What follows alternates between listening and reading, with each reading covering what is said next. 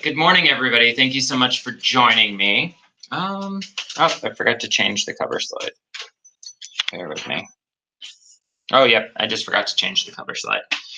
So we're not actually talking about how to be an amazing buyer's agent. We're actually talking this morning about Facebook and how to utilize and leverage Facebook for your business. There we go.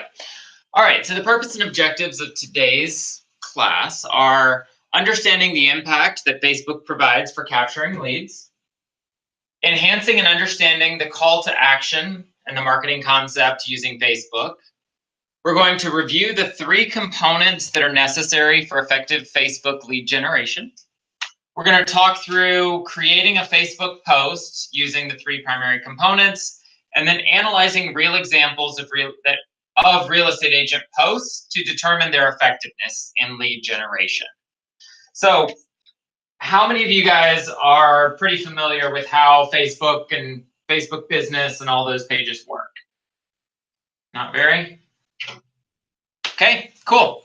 So what we're going to talk about is basically how we can properly utilize Facebook for business. Because Facebook is really kind of tightening down how people are able to use it for business.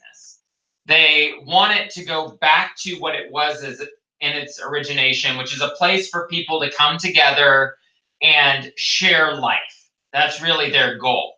What happened was people started realizing that Facebook is a great way to generate business.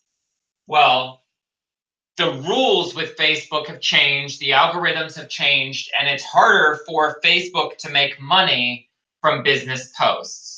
So as a result, they're saying, well, I'm trying to kind of bring down the overall ability of business people to be able to utilize Facebook for that purpose. So we're going to talk about how to kind of circumvent some of the pieces and parts of Facebook to make it work properly. So then how do you use social media to create success in your business? And that's what we're going to talk about.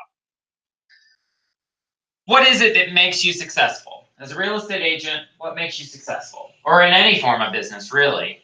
What is it that you need to be successful? Customers. Customers, that's a big part of it. What else? I think it's just about being brave. Okay. What about recognition? If you have a brand or a company that nobody's ever heard of, are you going to have a lot of customers? Probably not. So we've got to get out in front of our intended audience. So with that comes your principles, your skills, your knowledge, and your actions. Part of being brave, actually just getting out there and doing it. But the first one here is actually your principles. So people have to work with businesses and with business people whose principles align with theirs. So if I am, and I'll just use an example, let's say I'm a real estate agent and I am touting everywhere that I just sold a new house, so I went out and bought a new Ferrari. Now, if I, being a consumer, are a first-time home buyer, and I'm spending $100,000 on a new house, is that necessarily the agent I'm going to call?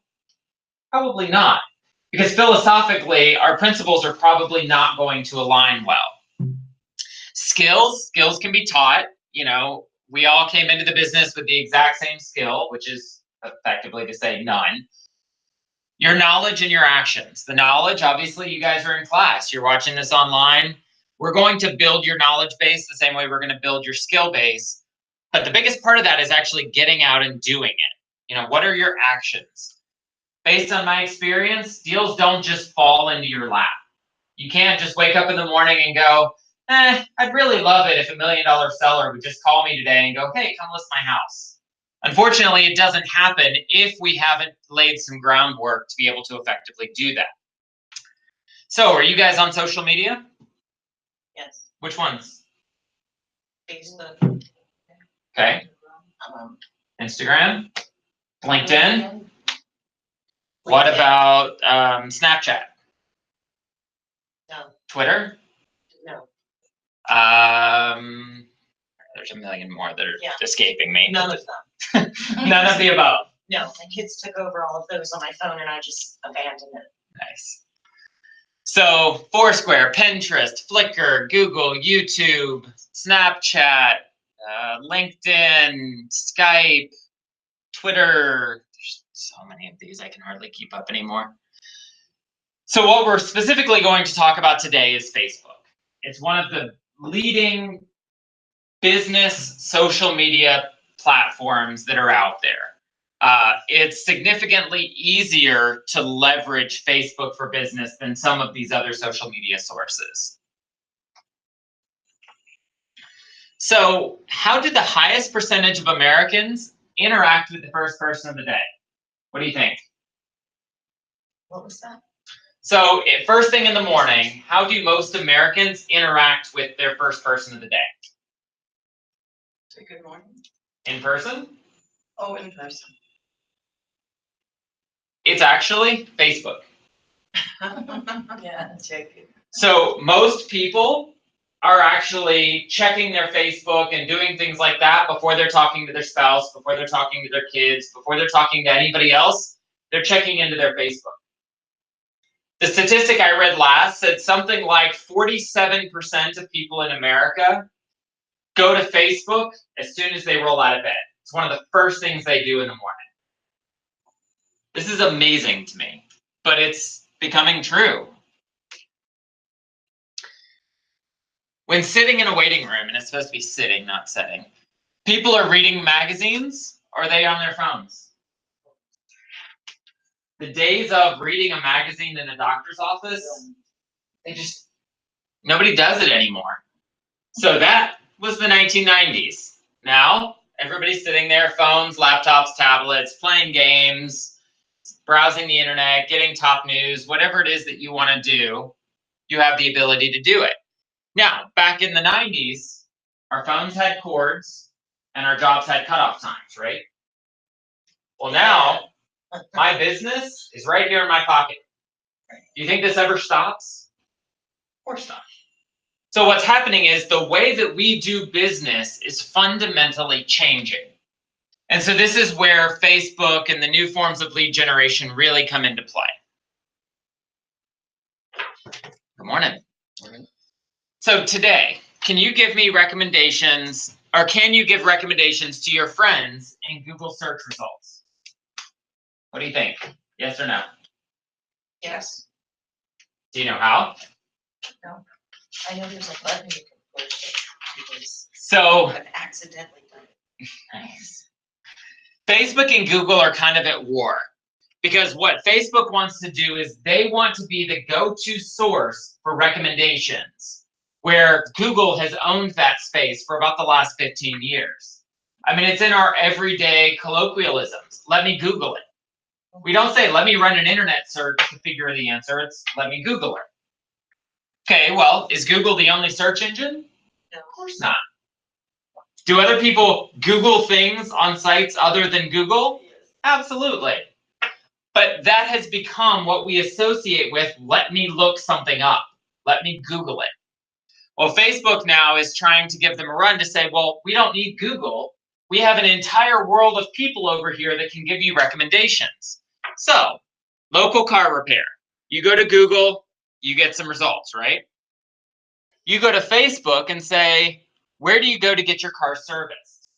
Now, what's interesting is Facebook realizes that you're asking for a recommendation. If you were to type, where's your favorite place to eat? Facebook recognizes in their algorithm that you are asking for input. So what's interesting now is it'll tag your location and you get interaction from all these people who now can give you recommendations based on their personal experiences. Now, if I'm on Google and I don't know anything about these companies, or I can ask the personal opinion of people that I know, which one am I likely to put more value in? People that you know. Personal recommendations, right? Because if somebody else has had a good experience, they're willing to share it. Or likewise, if they had a bad experience and say, hey, whatever you do, do not go to ABC Tire. I went there, they took terrible advantage of me, it was a horrible experience, don't do it. Well, if ABC Tire happened to be the first one that popped up on this list, you know, I want those personal experiences. So what Facebook has done is created a new outlet where we can get the answers that we're looking for right in Facebook. We don't ever have to leave the platform to get what we're looking for. Now, let's assume for a second somebody said, who's the best real estate agent in Trinity?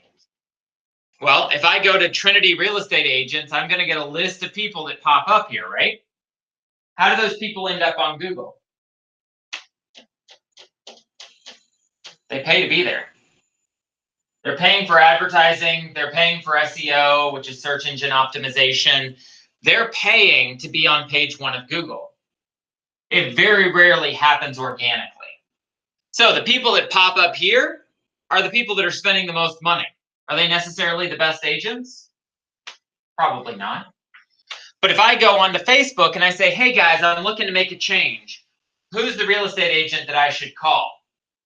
And now 2 or 3 of their friends are saying, hey, you should call Greg. Greg's the agent you should call.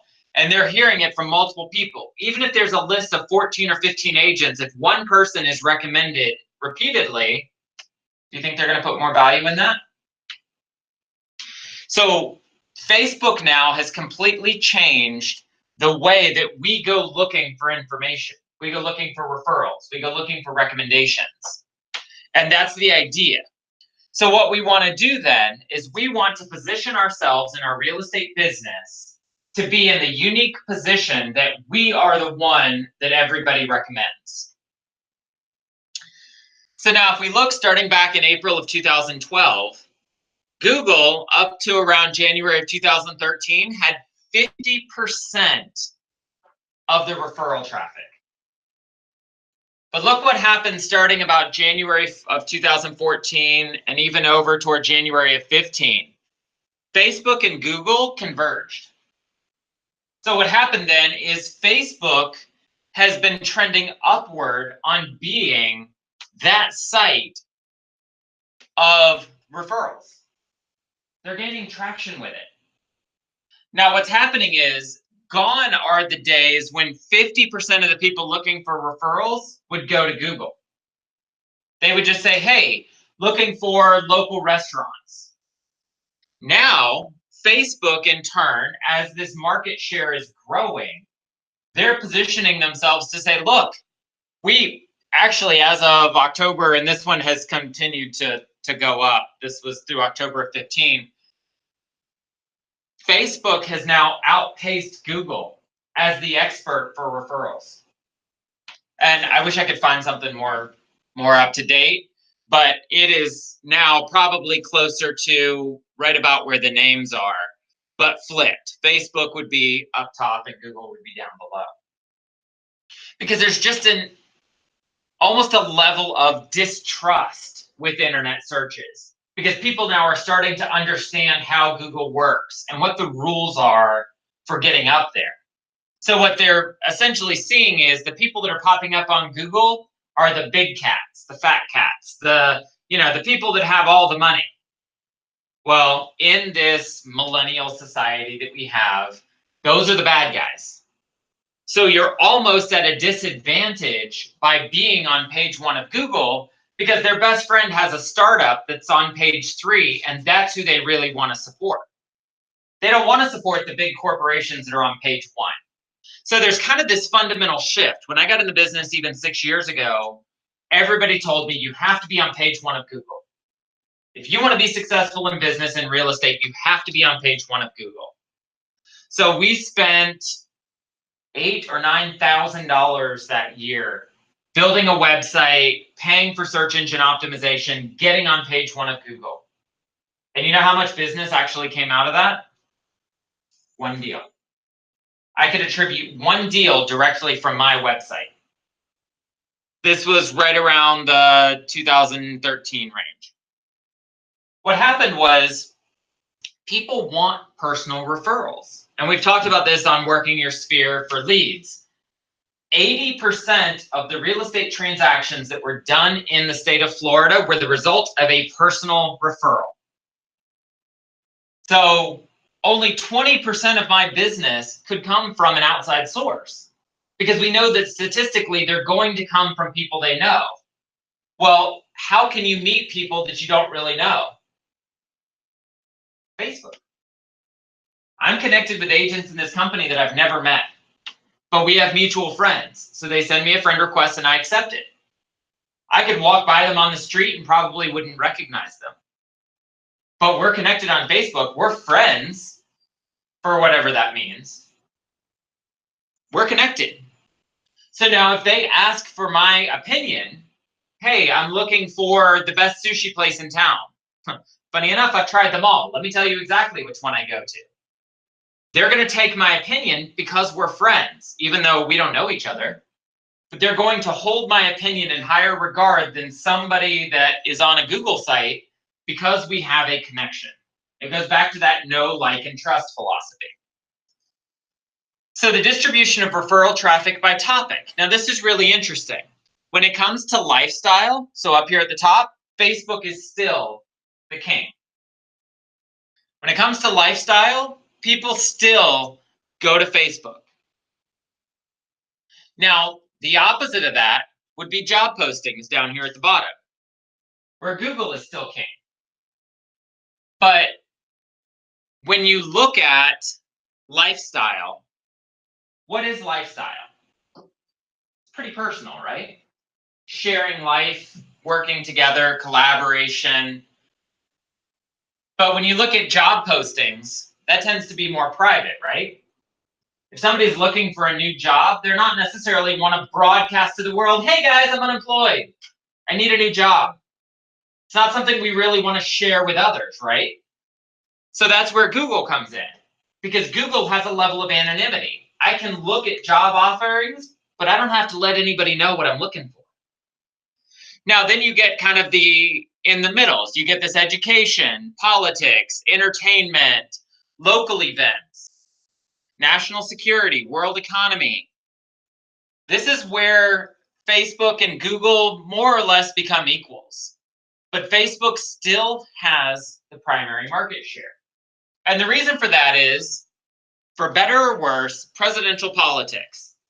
It's a hot topic of conversation on Facebook. If you're running a business page, is it something you want to be posting a ton about on your page? No, because you're going to polarize half the people on there one way or the other. There is no good way to do this. So what I say is, when you're running a business page, avoid politics, avoid religion, avoid criminal justice, avoid the economy as much as you can. Sports are okay, although I'm a diehard Gator fan. If I have friends that are Georgia Bulldogs and I'm posting Gator stuff everywhere, as competitive as we are, do you think they're going to send me a ton of referrals? Maybe not. So you have to kind of stay vanilla. You've got to stay right down the middle. Don't offend anybody. And this is sometimes hard for a lot of the personalities in real estate, is you don't want to be offensive. And it's not that real estate agents are offensive. I shouldn't say that. But we all tend to be very passionate about whatever we're passionate about. Hopefully that's selling homes, and that's part of what's going to convey us into a position of being in a good referral source. But it's interesting to look and see that Facebook generally, through all of these sources, have 40% and Google has 37%. They're almost neck and neck. So the majority of people that are looking for referrals are just as likely to go to Facebook as they are to go to Google. And that's kind of a staggering statistic. Now, looking from January 13 through 2016, the percentage of adults who use Facebook is well over 50%. It's now up over 80%. The only one who's been able to keep pace is actually Instagram. So you can tell here at the end of 16, it's starting to tick up. And now Instagram users have rocketed. It's probably more around 40%. But that's still half as many users as Facebook. So in the world of lead generation, if you had to look at all of these little lines at the bottom and go, okay, well, if I was going to advertise on LinkedIn or Twitter or Pinterest, I've got a relatively small group of people compared to Facebook, which literally has more users than people in the world, I think, with all the fake accounts. But that's a conversation for another day. So Facebook is just the absolute world leader in social media marketing. That's just what it is. So we have to really be able to understand it and utilize it to be able to compete with it. Now, how often do Americans use social media? For many users, social media is just a part of their daily routine, right? 3/4 of Facebook users and around half of Instagram users visit the site at least once a day.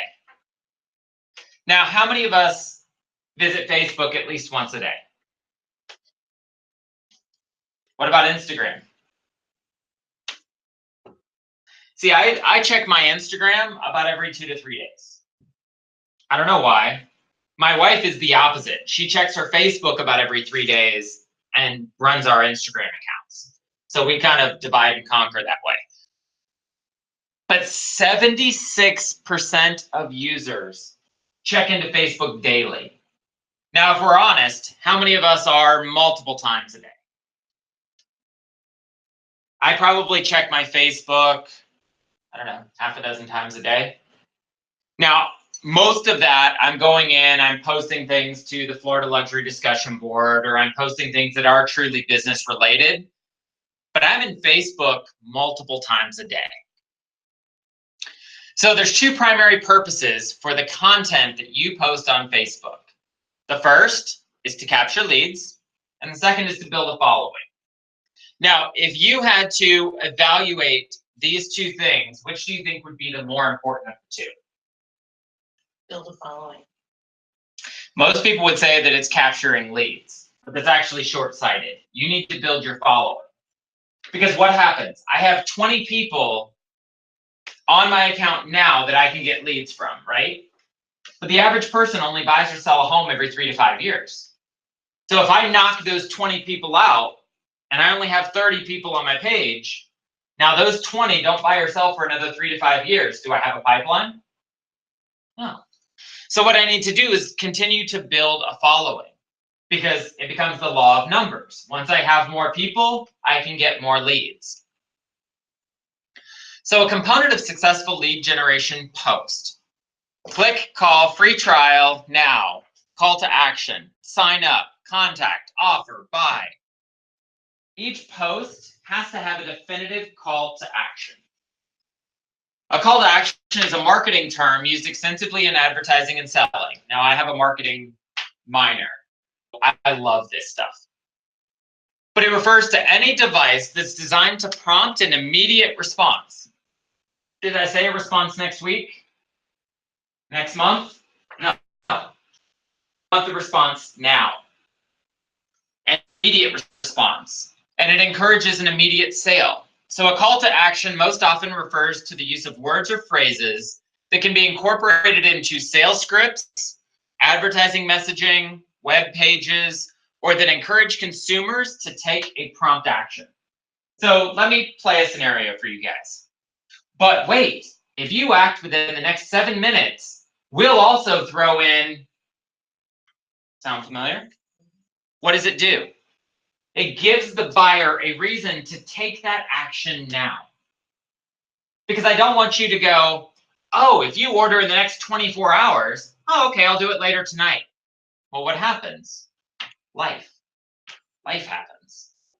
But if I order in the next 7 minutes, I'm going to get something. I now have a reason to do it now. Now, if I called in 9 minutes, do you think they'd still give it to me? Of course they would. But is that a risk you're willing to take? It's called FOMA, or FOMA, the fear of missing out. And what's interesting is Facebook has taken this to a whole new level. So we now have the ability to share to Facebook stories, right? Do you guys know what happens to your Facebook stories? They disappear. After 24 hours. So when you have these really exciting things that are going on in your life, post it to your stories. Because what will happen is people will see it as soon as they log in. Hey, Greg shared a story. They get an announcement to their Facebook. Greg just shared a story. Oh, well, if he's sharing a story, that's something I need to go look at before it's gone, because I know that it's going to disappear. Well, what happens if I run into Greg in the grocery store next week and he's all excited about whatever it was he put in his story. I didn't see it, and now I'm going to look like the idiot that I don't know what's going on in his life. This is kind of the mentality of how these stories work. Instagram has something similar. So what it does is it captures consumers where your ad provides a solution or solves a problem or need. Now, where we have to get really good in real estate is we've got to find solutions for problems that people don't know they have yet. Because the reality is, by the time you plant the seed about, hey, you might be looking to buy or sell a house, if we've done this well, they may not even fully realize that they need a new house yet. Oh, I'm pregnant. Awesome, that's amazing. Me as a real estate agent, I'm going, hey, your family's about to change. You probably need a new house. Are they thinking about that yet? No. They're thinking about nurseries and colors and designing and baby clothes and wedding or baby showers, and they haven't even gotten there yet. But what happens when I'm the real estate agent that's been commenting on all these pictures and all these posts and all these ultrasounds and all these whatevers, and then when they realize, oh, we don't have enough room for their nursery in this house. Guess who's going to be at the top of their mind? The one who's been commenting and being there and supporting all the way through the process. The same way, oh, here's Johnny in his cap and gown graduation picture. He's heading off to college. He's, whatever. Okay, well, maybe now that Johnny's going across the country to college, maybe mom and dad are ready to downsize. We have to look for these clues to be able to effectively market. Now, would that be a situation where you would put a call to action in that post? Probably not, because they're not there yet. But us as the professionals, we've got to start thinking ahead of these situations. So the call to action then becomes hey, I'm looking for a real estate agent in Tampa Bay. Ooh, pick me. But I've got to give you a reason to pick me. I've got to have some sort of marketing, some sort of level of advertising out there that you can reference to go, oh yeah, Greg's the guy that I need. Because if you're just an agent that has no Facebook presence, has no reviews, have no whatever it is, what is it that people are utilizing to be able to choose you? Well, it's not a lot, right? But at some point or other, we've all been new agents. I mean, that's just the nature of being in the business. We all have a definitive start date. So what we want to do then is we want to share things that aren't necessarily real estate related. Let's talk about local restaurants. Let's talk about local parks. Let's talk about anything that deals with the community that solidifies my position in this community to be able to be effective. So when you're talking about lead generation, there has to be a purpose. Now, Facebook is fundamentally different because when it first started, people would be like, here's a picture of my lunch and, taking the dog for a walk. These were the types of posts that people would make. And on Facebook Memories, I've had my account for about 9 years now, and I look back at posts I've made on this day in the past 9 years. And 5, 6, 7, 8 years ago, it's another Monday. Let's see how this goes. Okay, what was the point of that? But at that point on Facebook, that's what you did. You shared these kind of mundane thoughts to the world because they needed to know. They apparently couldn't read a calendar to figure out it was also Monday for them too. But when we post, it needs to have a purpose. And then we really need to think about what is the real goal of the post. Should we be making posts on our Facebook pages that don't have a goal? Now, keep in mind, this is lead generation. This is business marketing. So should we just be posting mundane information on our business pages? No, because there's no value to it. Lead capture is always the goal. If we're making a post, the intention is that we're trying to get in front of somebody who may be looking to buy or sell a home. That's always the goal when we're talking about making our posts and things like that on social media. Now, there's a differentiation here, and before I go on, I'll stop here for a second. We have a personal page and we have a business page, okay? In Facebook, there's what they call the 90-10 rule. On your personal page, they want 90% personal, relatable kinds of posts and no more than 10% business related. Now, we've all heard of people that get sent to Facebook jail. It's because they break this 90-10 rule, because they break away from the algorithm. So Facebook is really clamping down on businesses. So for those of you that don't have a business page, get one. And we can talk about how to set it up and how to market and brand it. But you always have to have a business page, or else you're going to spend so much time in Facebook jail that you won't be able to really do anything. Now, a successful post creates urgency. We've got to convince them to trade their contact information for opportunity information. Let me hide this so you guys can read it. Oops. Sorry, guys. There we go. So you've got to convince them to trade their contact information for an opportunity.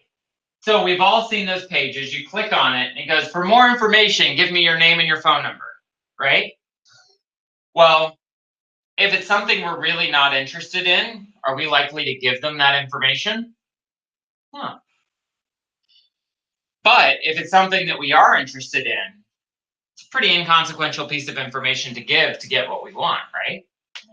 Yeah, for sure. Okay, with the personal page versus the business page, and then we need to get one. Mm-hmm. So if I were to set up a business page today, would I automatically be transferring my contacts into that, or You have to invite them. Over?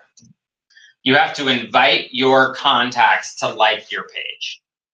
So they like your page. Correct. And we're going to talk about kind of the differences between the personal and the business, but yes. So how do we create urgency with our listings? So we have a stunning home for sale, 5 bedrooms for $365. That's a really cheap house. 5 bedrooms, 3-car garage. Dude, I'll pay cash for that. Pretty awesome. I think it's probably $365,000, but somebody forgot some zeros. So you can click here and it shows that there are 8 more pictures, right? But what happens when you actually click on that? It takes you to a funnel page. It'll actually take you right there to that Google page. So what it does is it's a call to action.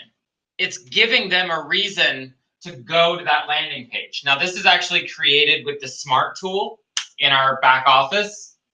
And when you do that, it'll actually create all of this. This is a great lead generation source. Scott had one, he was telling yesterday in the class, within 24 hours, he had over 14,000 hits on it. Of the 14,000 hits, I think he said something like 160 actually requested information. Actually clicked through and gave their information. Of that, he was able to connect with about half of them. And then from there, a fraction of those, probably 5 or 6, actually became buyers or sellers. So 5 or 6 leads on something you can do for free. Is that a pretty good investment of time? I would think so. Because I can tell you, for 5 or 6 viable leads, I spent upwards of $5,000 on Zillow for it. This is something we can do for free. Now, I told you that 14,000 people had navigated to it, but only a few hundred gave their information. So what did this effectively do? It got rid of the tire kickers. The people that weren't really interested in buying this house, it weeded them out because they had to be convinced to trade their contact information for details. So it called them to make an action.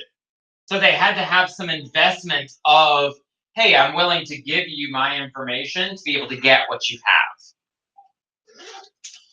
Now, the consumer's needs from today's market. This is a call to action. So You have home prices that are rising. Get your new market value. A 6 3-bedroom pool home just listed. Get the list now. Or 11 open houses in Trinity tomorrow. Get the list. What are these doing? They're giving people a reason to click on it. So get your home true value from a real estate expert. Okay, well, if I've been thinking that maybe I want to know what my home is worth, do you think I'm willing to just give them my information? Yes. Yeah, why not? It's free. There's no obligation. How many people did this post like, or did this post reach? 650 people.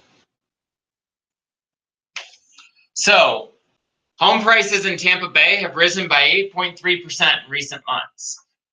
Blah, blah, blah. These are the kinds of things. These are the call to action that we want to have. Now, what is your home's new higher market value? Home prices have risen by 8.3% in recent months. Same basic information from there, right? Are you buying a home? So now what's different between this slide and that slide? What do you guys see? No call to action. Okay. Which one seems more inviting? An infographic with houses or a picture of a person? Well, people don't want to contact someone. They don't want to talk to anybody. Okay. They're filling forms out. So maybe if they see that picture, they think that somebody's going to answer the phone. Potentially, but you're actually thinking about it backwards. Oh. So when people see this, it's very generic. There's no draw to it, okay? This is a picture of a person. Our brains are wired to recognize faces. That's how our brains are. So if we're just scrolling through Facebook and we see a photo of a face, we are 5 times more likely to stop than a picture of that.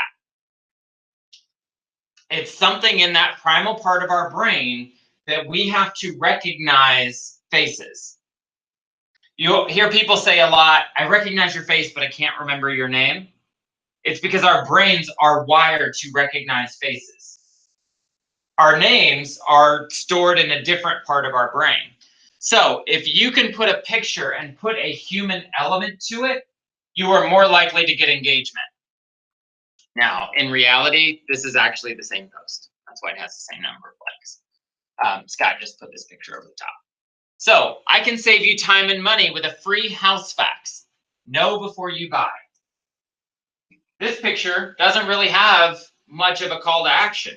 It just shows houses with different values, right? This one says, I can save you time and money with free. Free is a big word. Does this say free anywhere? Nope. This tells you it's free. I can get you what you're asking for, and it's free. People love free stuff. So in this one, home prices are rising. Get your new home market value. 6 3-bedroom pool homes just listed. Whereas over here, a free list of homes, a free home warranty, a free list of upcoming houses. People will be more drawn to that than just information. Oh, look, it's free. If it's free, it's for me. That's kind of the idea with this. So we want to offer some sort of promotion. We want to bring in that call to action. Now, some components for capturing leads. We need the call to action Facebook post, which we just talked about. The lead capture form, which again, we can generate from our back office. And we need to have a list or product of services that are promised.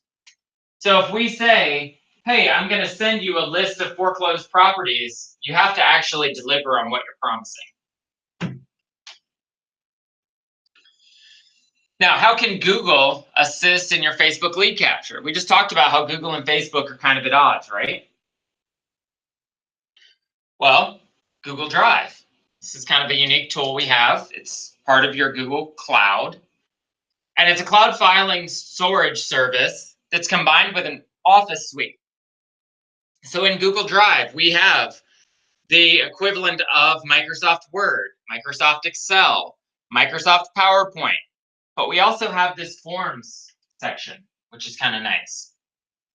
Now, Google Drive users can store files in their cloud, share files, edit documents, share them out, and they're on any web-connected computer, tablet, or smartphone. So if I'm working on something on this computer and all of a sudden I jump over to my phone, everything that I've done in my Google Drive is available to my phone.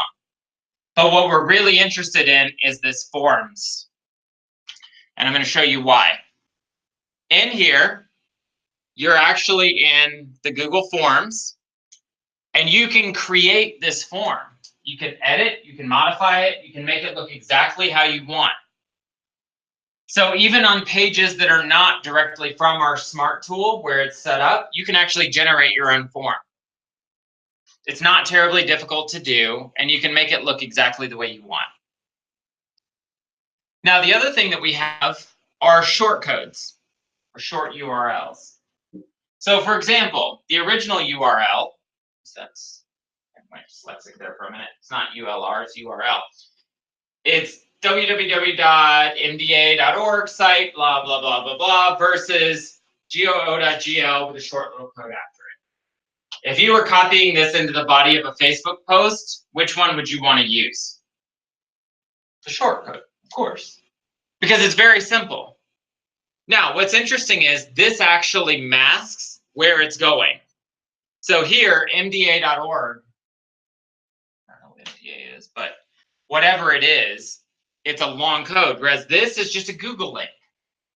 People inherently are more trusting of Google than outside sources. So what we can do is actually mask the location using a Google shortcode. It's kind of a cool way to get around. Google actually is changing this product.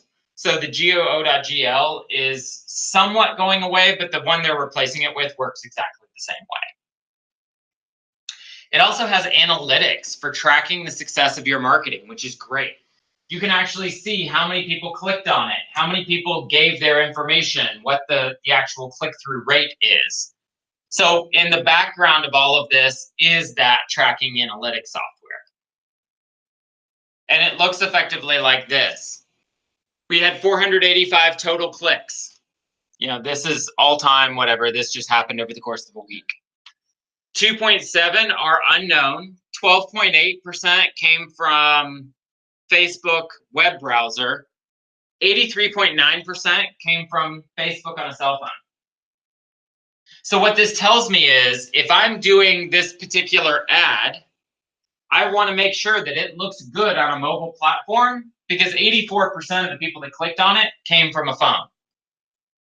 Now, within that, Chrome and mobile, Firefox, other, Safari, blah, blah, blah. So Google Chrome and mobile were the two areas that the primary group of people came from. There we go. Now, so we were talking a little bit about the difference between a personal page and a business page. So on your personal page, you can make posts, you can post in groups, you can comment on anybody's post. On a business page, you can do Facebook ads, you can do targeted marketing, different things like that. So another thing that we can use is Facebook Messenger.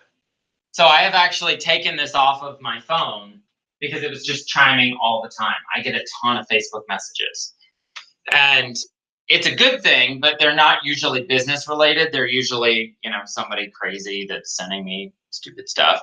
Forward this, or, you know, send this to 8 people, or, you know, your kid's gonna die, who knows? It's all just stupid stuff. So I actually took this off my phone, but it's private communication with Facebook users. So what it allows you to do, because remember I told you that I'm getting Facebook requests from people that I don't actually know. What this allows me to do is communicate with them. In Facebook Messenger, if they have their phone number attached to it, I can actually make a phone call right through Facebook Messenger, and it rings their phone. So I can actually call people that I don't have their phone numbers. We're just connected on Facebook. I don't actually know them, but I have the ability to make a phone call. It's kind of cool. Now, on personal, they have to add you as a friend. On a business page, they just have to click like.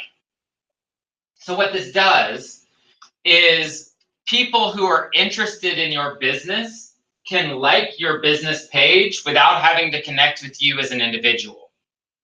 So personal pages tend to be private. You have to be accepted to be able to see what's being posted there. Business pages are totally public. They are always public facing. So you can set privacy settings on your personal page that only certain people, all of your friends, but not your acquaintances, could see, pictures. Say, for example, as I'm adding more business contacts and people that I don't know, I'm actually going in and categorizing them as friend, family, or acquaintance. If I don't know you in real life, you get marked as an acquaintance. And what happens is when I go posting pictures of my family or pictures of my daughter or pictures of, things that are more personal, I'm going to post them to friends and family, but not acquaintances. Because I don't know these people. We're just acquaintances.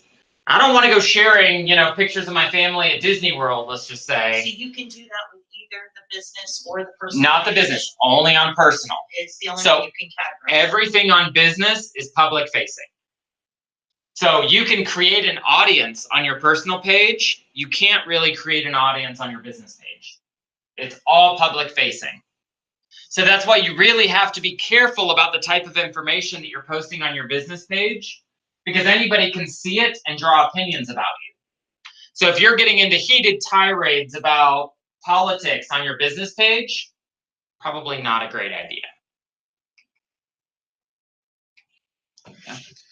Now, likes are very important for building brand awareness and credibility. But what I say is likes are cheap. So on your business page, somebody can click like and Facebook goes, okay, so they're getting engagement. Somebody liked it. That's good. We'll say that's 1 point. Okay, for every like, you get a point. But then if you can get somebody to comment on it, that's about 5 points in Facebook's world. Okay. Now, if somebody's commenting on it, what it's saying is, hey, Greg, the business, put information out there that people are actually wanting to communicate about. And then the best part is a share. And a share would be something like 10 points. And I'm just assigning values to these just to convey the message. If somebody is sharing it, then what Facebook does is on your business page, it says, okay, cool. If this information has been shared by 5 people, Greg, the contributor, is probably putting good information out there. I'm going to make sure his business page is more widely seen by his audience than some of the others. So if you're posting a bunch of stuff out on your business page and you're getting 1 like, no comments, 2 likes, Facebook is going to go, okay, well, Greg, the contributor, is not putting out information that people widely want to see or communicate about. So we're going to limit the scope of the audience. So even though you may have 5,000 followers on your business page, all of them may not see every post that you put out. This is kind of how the Facebook world works. And so we're up against it. So what I encourage people to do and what I try to do on my friends' business pages is when I see something that they've posted, I try and put a comment out there. Hey, that's awesome. Let me know when the sale is or whatever. And then whenever I can, I try and share it. Because that's what I can do to help encourage other people's businesses, and they do it with mine as well.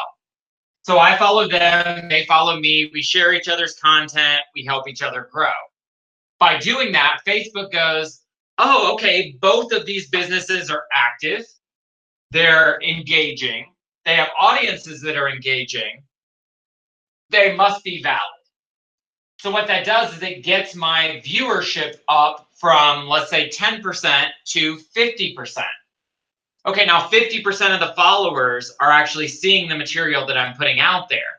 As I continue to get more engagement, more shares, more back and forth, then that viewership continues to grow. So we have to be putting good content out there, and we really have to help each other to kind of culminate our businesses. It's not something we can do by ourselves anymore. So remember back at the beginning of the class when I said Facebook is trying to turn this back into just a social engagement platform? This is how they're doing it. They are significantly reducing the scope of the exposure of business-related posts. So that's where things like groups come in really handy. As an individual, we can join groups, and I highly encourage you to. Groups on Trinity Chat, or Residents of Moon Lake, or the Pasco County Crime Board, or Tampa Bay Homes for Sale, whatever. There's a million groups out there. Do you know about what it costs to set up a business page? It's free. It is? Mhm. So why haven't I been able to figure that out? I can sit down with you and do it. Yeah, so that's the best part of this, is your Facebook business page and everything are free. Now, what's cool on your business page, I think it's the next slide. It's actually beyond this, but I'll touch on it here.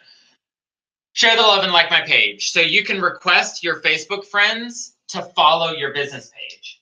So when you create the business page, it knows that you as the individual are the owner of this page. So you can invite your personal friends to like your business page.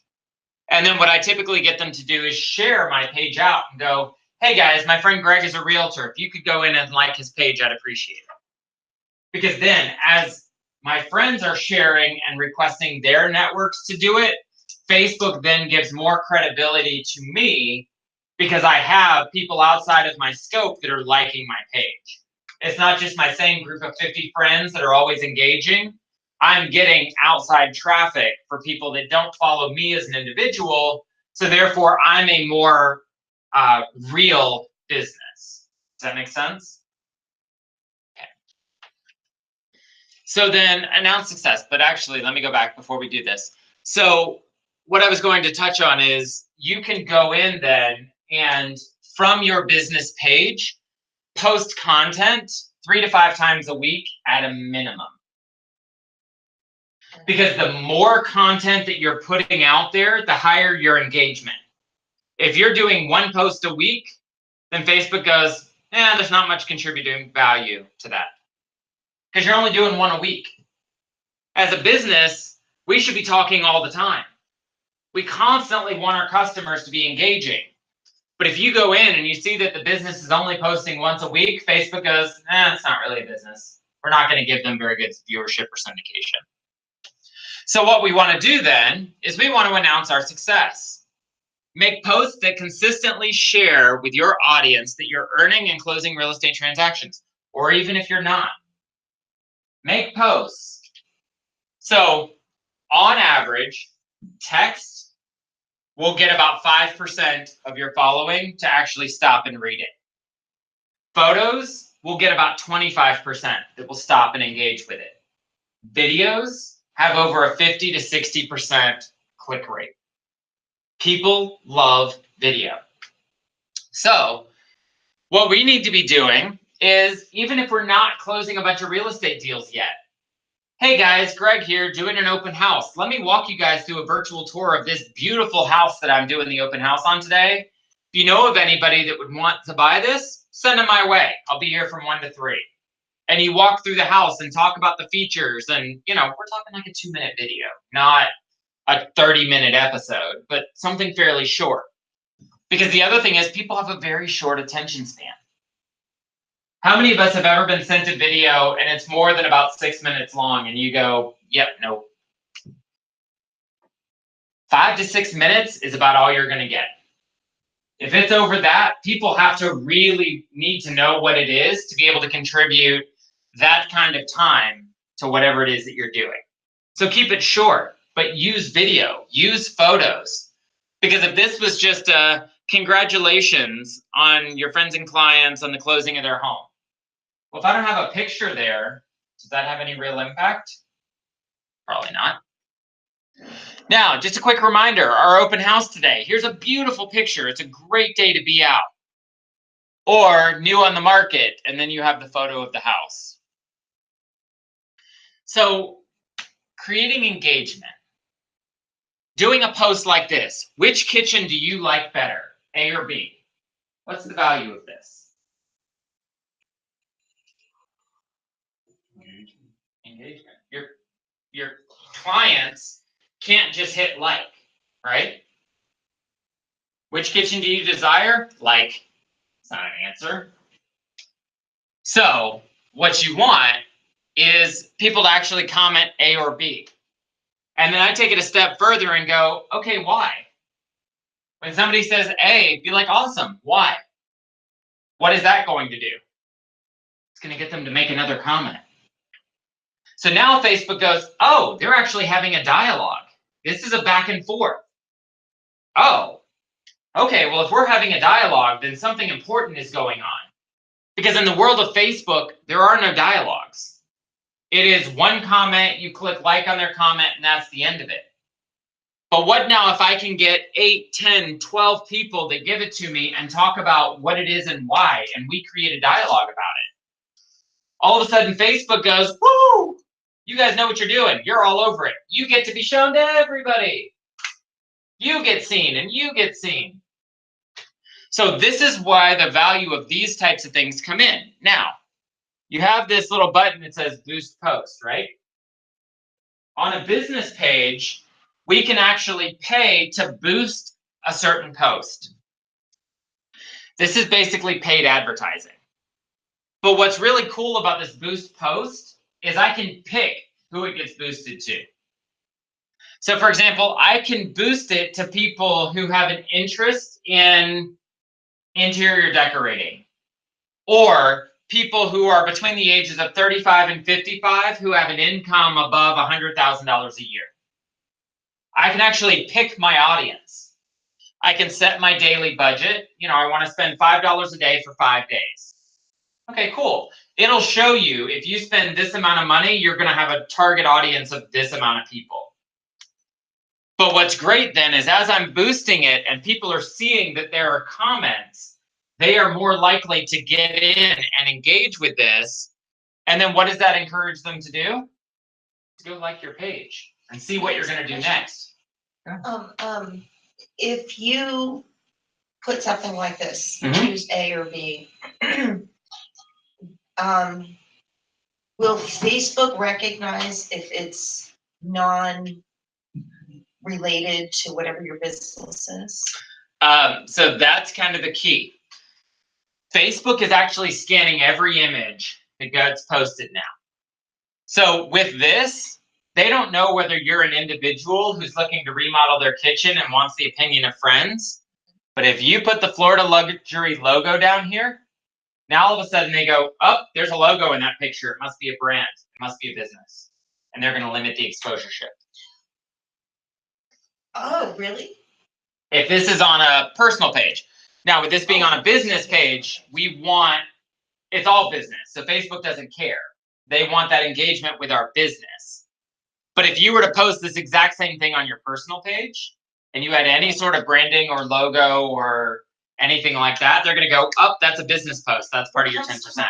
What comes to mind, Greg, is people put posts out there and they say, this child, Sarah, needs a new foot. Okay. And if she can get 5,000 likes and 250 comments by tomorrow, Dr. Schwarzenegger will give his services to this woman. So this, I'm thinking this is all just bullcrap. It is. So that's why I'm wondering about the photos. Like if I were to just put a picture of a dog on there and say, what would you name this dog? Yeah. Are they going to say no go? Has nothing to do with real estate. No, not at all. Because the reality is on our business pages. So here's how I do it. On my business page, on my real estate page, I'm talking about local restaurants. I'm talking about anything that has to do with the community that my business serves. So what that does is it increases the engagement. The rules on the business page, it's the Wild West. You can pretty much do just about anything you want as long as somebody doesn't mark it as offensive. They've actually added some stuff in here that says like report this. So if it's something offensive, you can actually go in, click on it, and report it as offensive. But as long as nobody's reporting your stuff as offensive, a business page is the Wild West. Post anything you want. They don't care. Because they don't necessarily recognize that Florida Real Estate is a real estate page. They just know it's a business page. You set the criteria when you go in, but it doesn't really matter. You're just talking about a business. Can people search your business page for? Absolutely. Yeah. So there's a lot of value to utilizing a business page effectively.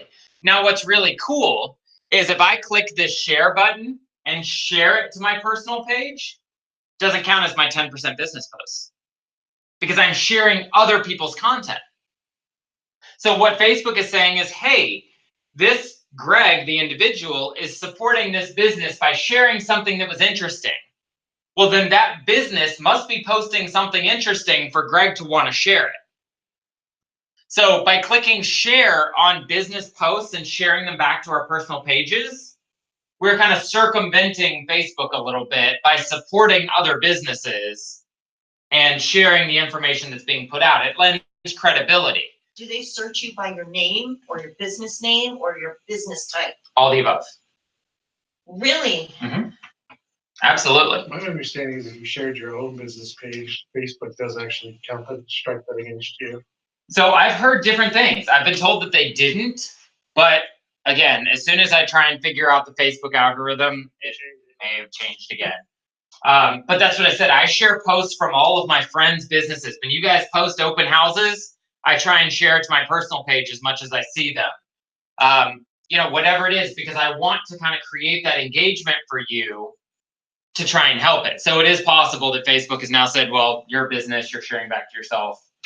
You know, it wouldn't surprise me. Last I had heard that wasn't true, but again, Facebook changes the rules the way most people change their clothes. So you're talking about that 10% on the personal correct. Page. So if you're sharing your own business page back to your personal, that they're like, oh, you're supporting your own business, so it's still 10% of your. And then you can end up in jail. Correct.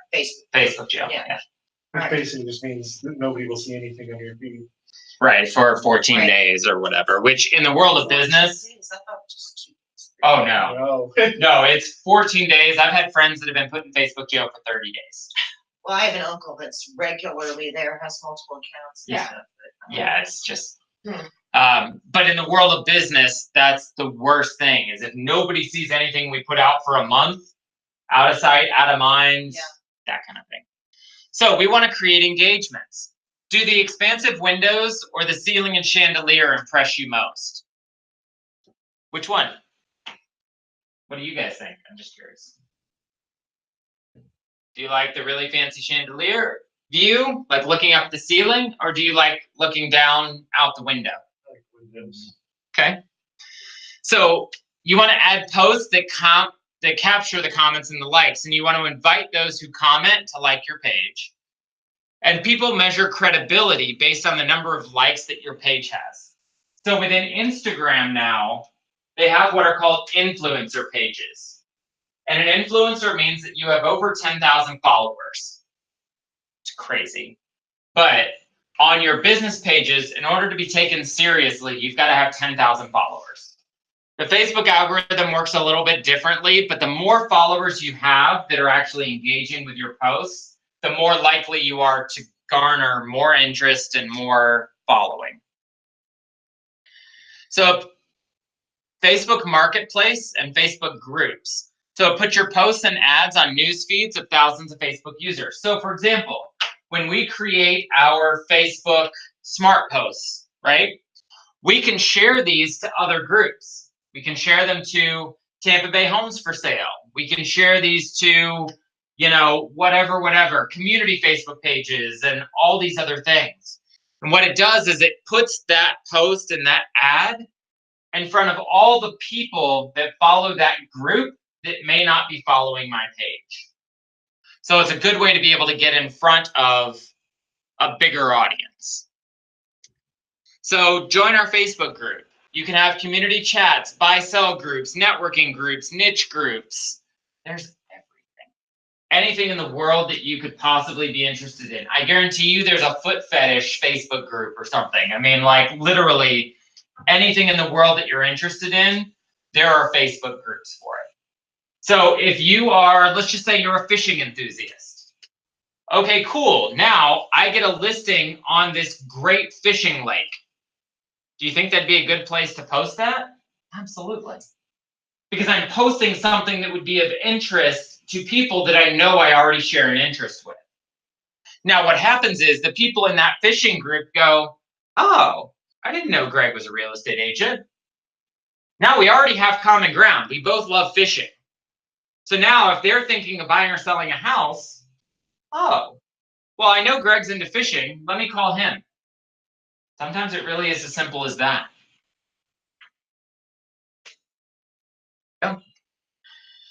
Now, understanding group rules and effective comment. So there's really 4 different types of posts. You have lead generation, you have sharing expertise, brand building, and announcements. Of these 4, what do you think would be the more valuable that you should be sharing more frequently? Brand building. Okay. Why? Because you have to build your brand if you're going to get any of that other stuff, really. I mean, that's what I've learned. Okay. With the other companies. I hope it would be kind of the same thing. It's getting your name out there, becoming what you say you are, okay, and being known for it. So by your definition, wouldn't that be sharing your expertise? It would, but it would be part of brand building, would be sharing, you know, what you do within your company. So I feel like brand building is number 1. Okay. And actually it's number 2. So sharing expertise is actually number 1. And they're very close. Now the reason for that is, if you are sharing your expertise, okay? Hey, I am the expert on whatever it is, and this is my brand. If you are only touting your brand all the time, they don't know that you're an expert, they know that you're a marketer. If you actually share your expertise and comment on people when they have questions. Hey, so I'm looking to refinance my home. Who is the lender that I should call? Oh, let me give you the name of that lender. Now that doesn't necessarily benefit my brand, but it positions me as the expert. Now, if they talk to this finance person and they say, you know what, you're probably better off selling your house than refinancing it. You know, with the equity you have and blah, blah, blah, maybe it's better for you to sell. Now, what happened is, because I'm the expert, they're going to come back to me and go, hey, you were really helpful when there wasn't anything in it for you. You were just being the expert. Now I want to use you, or I know somebody who wants to use you. But again, the brand building is important, because if they don't know your brand, they can't encourage other people to use it, right? So if I've got, you know, Nike shoes, but everybody knows Nike, even if mine are just as good, but nobody's ever heard of them, I'm gonna have a really hard time selling them, right? So I need to position myself as the expert, share my brand, and then announcements when it makes sense. I need to share those announcements out, and then I need to do lead generation, which essentially becomes the byproduct of the other 3. So what do you guys think of what we talked about so far? I have a lot of stuff that I've written down. Good. All right, so let's look through some ads and posts, and let's see how effective you guys think that they are. What does this accomplish? So we've got an agent that says, stay tuned, coming soon. Do you know anything? Do you know what's coming soon? No. There's no date on that. Right. I've thrown a line in the water, but at this one, I don't even have a hook on the end of the line. I'm just throwing line. So, okay, cool. Something's coming soon. I don't know what. I don't know if it's a house. I don't know if it's a condo. I don't know if it's a boat. I don't know if it's a baby. What's coming soon? I don't know. Does it sell your listing? No. I don't even know that this is a listing. Does it capture leads? Nope. Is there any way for somebody to get in contact with her? Nope. What about this? Picture of a beautiful house. Coming soon, exclusive Newport Richey waterfront home. Give me a call for a pre-listing tour. Phone number. Good? Yeah. Does it sell your listing? Yes. Kinda. Does it capture leads? Yes. To an extent. You got a phone number up there if somebody's willing to call you. Yeah, I was thinking you're not giving them ways to contact somebody on that listing. Yeah. So Yeah, this is kind of a midline effective, not fantastic, but it's good. What about this? This home features 4-bedroom, 3-bath, 3 additional bonus rooms, 2 master bedrooms, 1 with its own private entrance, on an oversized corner lot. Has an oversized formal dining. Off the kitchen's a family room. The roomy home's located in the heart of Margate. Bring all offer. It won't last. She's got her name, her real estate company, her phone number. Is that a good piece to share? Yes. Does it have good brand recognition? Did this person identify themselves as a real estate agent? No. Nope. I was too busy trying to figure out where that house was, because I thought I knew all about it. Waterfront Newport Richie. I think that's Gulf Harbors. Oh, okay. I'm pretty sure. Newport Richie. Yeah. Yeah, well, that's what I'm saying. I think that's a house down toward the second or third road from the end, on one of the canals. I've driven by it. I don't know where it is. But on this one, she's got good branding. What else does she have up here? The property address. Oh, cool. I can look this up and see if this property is actually anywhere near Margate where I want to live. I don't even know where Margate is. That's the price. Has the price. It has a lot of really good information. So, does it sell your listing? Yeah, even though the photo of that kitchen makes me want to cringe. Does it capture leads? Yeah, the argument could be made that it would. And what do you see or not see that's wrong in this post? Pointed out the kitchen. I pointed out the kitchen, but what else? It's not lighting. It's not lit up well at all. No. So, it's not bad. Now, this post, an open house flyer. Melissa Harris. 4-bedroom, 4-bath, 3-car garage, 3,300 square feet. Time and date of the open house. Does it sell your listing? It's pretty good, right? Does it capture leads? Maybe, if you can get people to show up. But what do you see that's either right or wrong with this? Is it very appealing? Do you get a lot of information from one photo? No. No. I get a picture of the front of a house. Okay. Looks like it's got a pretty big green yard, maybe some tree coverage, but not really given a lot of information here. Remember what I said about text versus visuals? If I'm scrolling through Facebook, is there anything in here that's going to make me stop and really read it? Probably not. What about this? What does this accomplish? Something's for sale. Something is sold. Oh, it's sold, okay. So now what does this do for her? Means that she's a good agent. She sold it. She sold it. That's her credibility. Yep. So it builds her credibility. We talked about how our brains recognize faces. Does it get you to stop when you're scrolling? Probably. So I would challenge you guys, once we wrap up with this class, go onto Facebook and just start scrolling for 60 seconds and see what it is that your brain wants you to stop on. And just pay attention to it. I guarantee you, more often than not, it will be a photo of a face or a video. So is that what they say by branding? Because I really don't know what branding is. So for example, in this photo, just quickly, we know that Melissa is a Florida luxury agent, right? We know that she's a real estate agent. And we know that she does real estate. She has a brand. She is a person. So yes, this is kind of how your branding would come in. Just creating consistency between Melissa Harris, the person, and Melissa Harris, realtor. That's effectively, when you are a single person working your business, that's what you want for branding.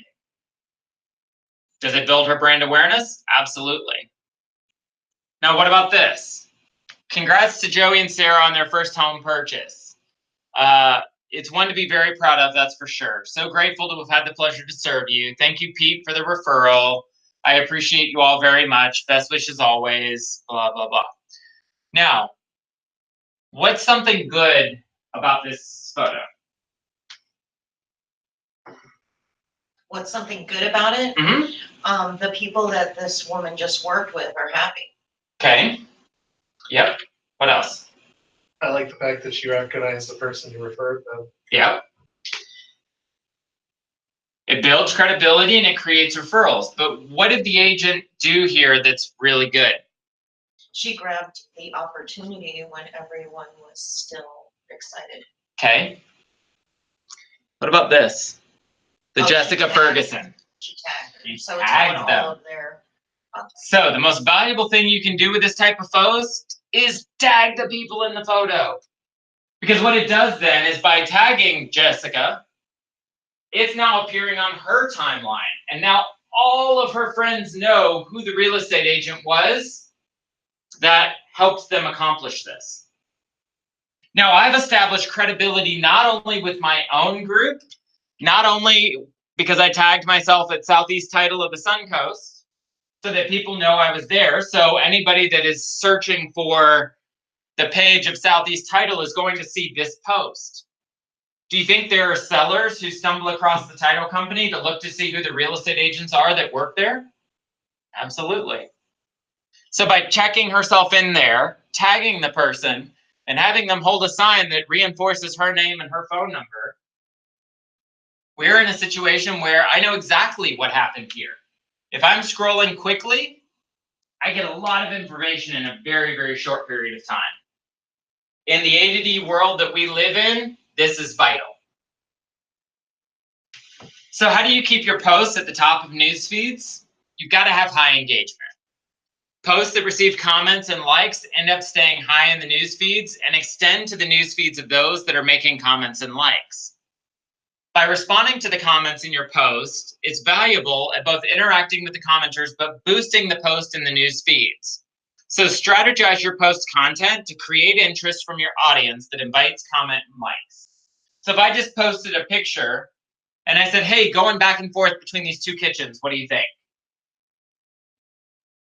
People might comment, but if we're not close enough that they would feel like I would value their opinion, they would be less likely to comment. So if you're commenting on your own post, does that count the same as someone else commenting on it? Only if you are responding to a comment. So there has to be a trail. Correct. Yep. But by saying A or B, I'm encouraging anybody to give me their opinion. We don't have to really know each other. I want to know what everybody thinks. Whether I agree with you or not, I want to know what you think. Do you guys have any questions about it? So after the class today, how do you feel about doing some lead generation using Facebook? Are you more comfortable? Yeah, I think I got it. I think I understand it. I set up one of these a while back with a different business, but I honestly was never able to figure out how to get back to it, or I don't even know how to get it again. Okay. It's sitting out there, an old company of mine. Yeah, it should be on your left sidebar. Usually they have a quick link to all the pages you manage. Really? Mm-hmm. I have that I need to learn. Yeah, I have 8 or 9 Facebook pages at this point that I manage. But the big takeaway here is just being able to be comfortable with using Facebook and kind of knowing what the rules are to be able to stay in the black or white areas that keep you out of trouble. So I'll leave you with this. No action results, no success, no rewards. You've got to actually be out doing things. You need to be posting. You need to be really doing videos. And I know that's a really uncomfortable thing for a lot of people, but it's something that we just have to kind of get over and the first rate. After that, it becomes fun, guys. I don't know if you do the videos, but I was like, you should have seen me my first video. I was shaking. I kept readjusting the camera. Lisa was cracking up. Now they're just fun. I just love doing them. Yeah, and the reality is the people that are watching your videos don't care that you've got a pimple on your chin or, you know. They can't see it. No, they don't care. They don't care. They really don't. They're also a lot less work than doing a picture. Oh, yeah, exactly. So thank you guys.